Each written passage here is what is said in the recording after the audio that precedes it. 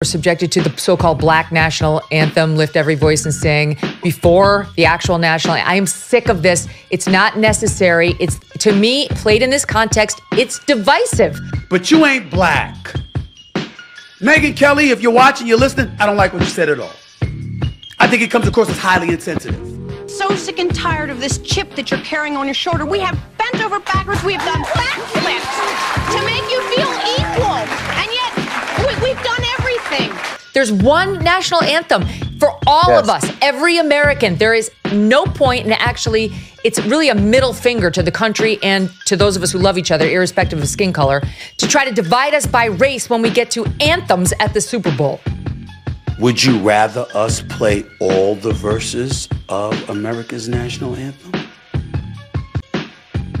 To give detailed syllable by syllable of what was uttered and echoed in the complete song, as opposed to the iteration we all sing before games? Do you want us to get into that? To crystallize for you why we felt the need to have our own national anthem? Because let me tell you something about black people all over this world. The one thing you cannot accuse us of as a people in America or anywhere in this stratosphere, you can't accuse of us of an inability to stomach stuff. We've stomached a lot. Can't y'all? And so here we go again, back with another one. Welcome to the Dark Times channel. And so as you all know, we had the Super Bowl this past weekend in which they played the Black National Anthem. And a lot of individuals on the far right had a problem with that. In particular, former Fox News host Megyn Kelly. We're subjected to the so-called Black National Anthem, lift every voice and sing before the actual national. I am sick of this. It's not necessary. It's, to me, played in this context, it's divisive. And so, of course, Megyn Kelly's not the only one that feels like this. There's a lot of people this time last year that were feeling the exact same way. The woke NFL is doing it again, gang. They're pushing the so-called Black National Anthem, and football fans are furious. There's a real woke backlash happening throughout the nation. And I'm going to say the exact same thing that I said back then.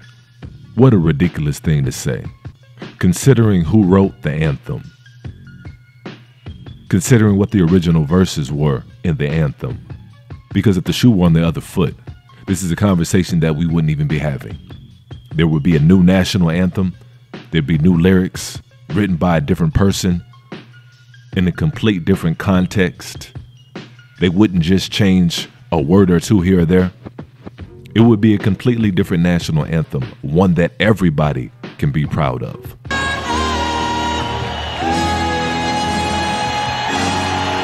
And this is something that Stephen A. Smith is going to allude to when he's addressing the likes of a Megyn Kelly. But before Stephen A. Smith could go in, he had to address the proverbial elephant in the room, which a lot of people may find unpopular, but he's right. I would say he's about 95% right. Before I say anything else, let me first say, I'm sick and tired of folks out there, particularly in the black community, being so quick to throw out the word racism. When you throw out the word racism, do me a favor. Have more evidence before you do it so it can't be dismissed via plausible deniability or something else. I don't know Megyn Kelly at all. Okay? I don't find her statement to be racist. I find it to be, in her eyes, patriotic. I find it to be, in her eyes, self-righteous. I find her to be a bit detached from reality being faced by black Americans everywhere. I got that part. But I can't go in the way that I wanted to go in about her when people are out there from my community just throwing out the word racist. You don't know that about her. You don't know that about her. And so he's right. Racism isn't having a disagreement with somebody.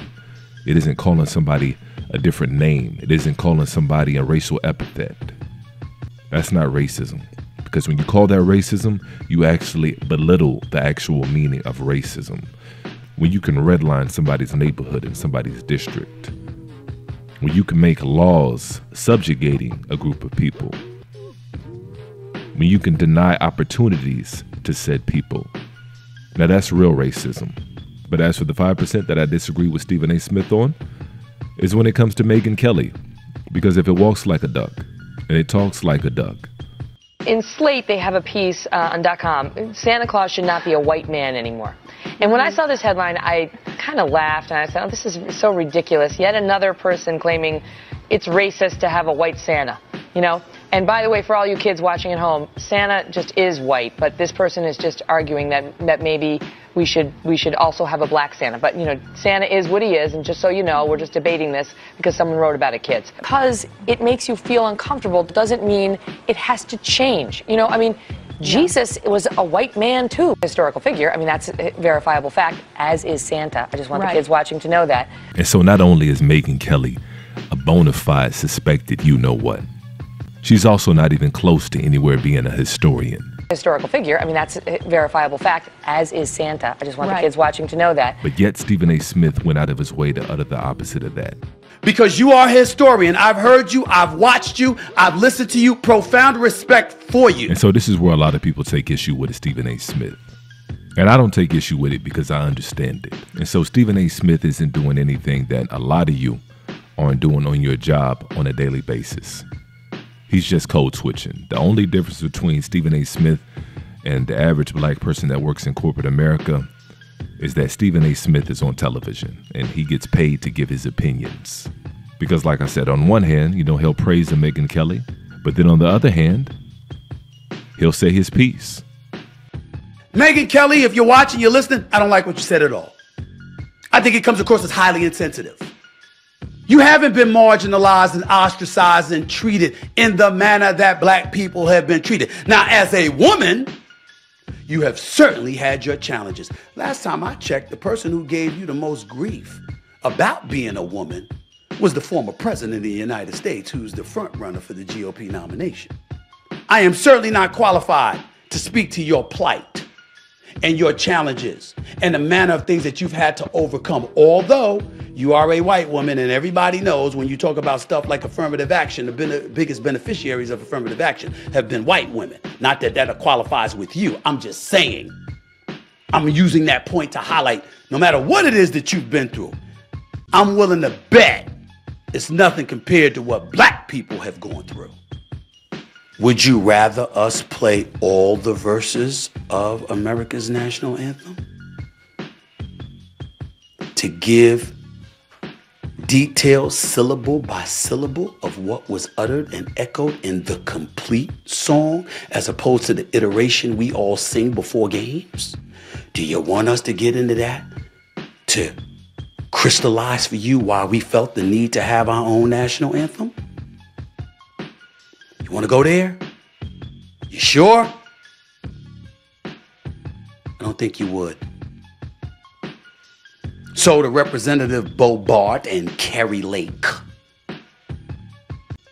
and to you too, Megyn Kelly, again, who I have profound respect for in terms of your body of work. I don't know you. I just know what you've been as a journalist, and I respect the hell out of you. I respectfully say to you, could you do one or two things? Could you have a more thorough understanding of black history? What provoked the existence of the Black National Anthem, and speak to that reality, or simply stomach it? Because let me tell you something about black people all over this world. The one thing you cannot accuse us of as a people in America or anywhere in this stratosphere, you can't accuse us of an inability to stomach stuff. We've stomached a lot. Can't y'all? And there's a lot of people that probably heard the first part of Stephen A. Smith and probably wanted nothing to do with the rest or anything else that he was going to say. Like I said, Stephen A. knows exactly what he's doing. This is how he's been able to keep his gainful employment at ESPN and elsewhere. This is how he's still on television the way he is. Because if Stephen A. Smith just would have led with the second half of what he said, if he would have led with that and left it at that, he would have been viewed as a radical.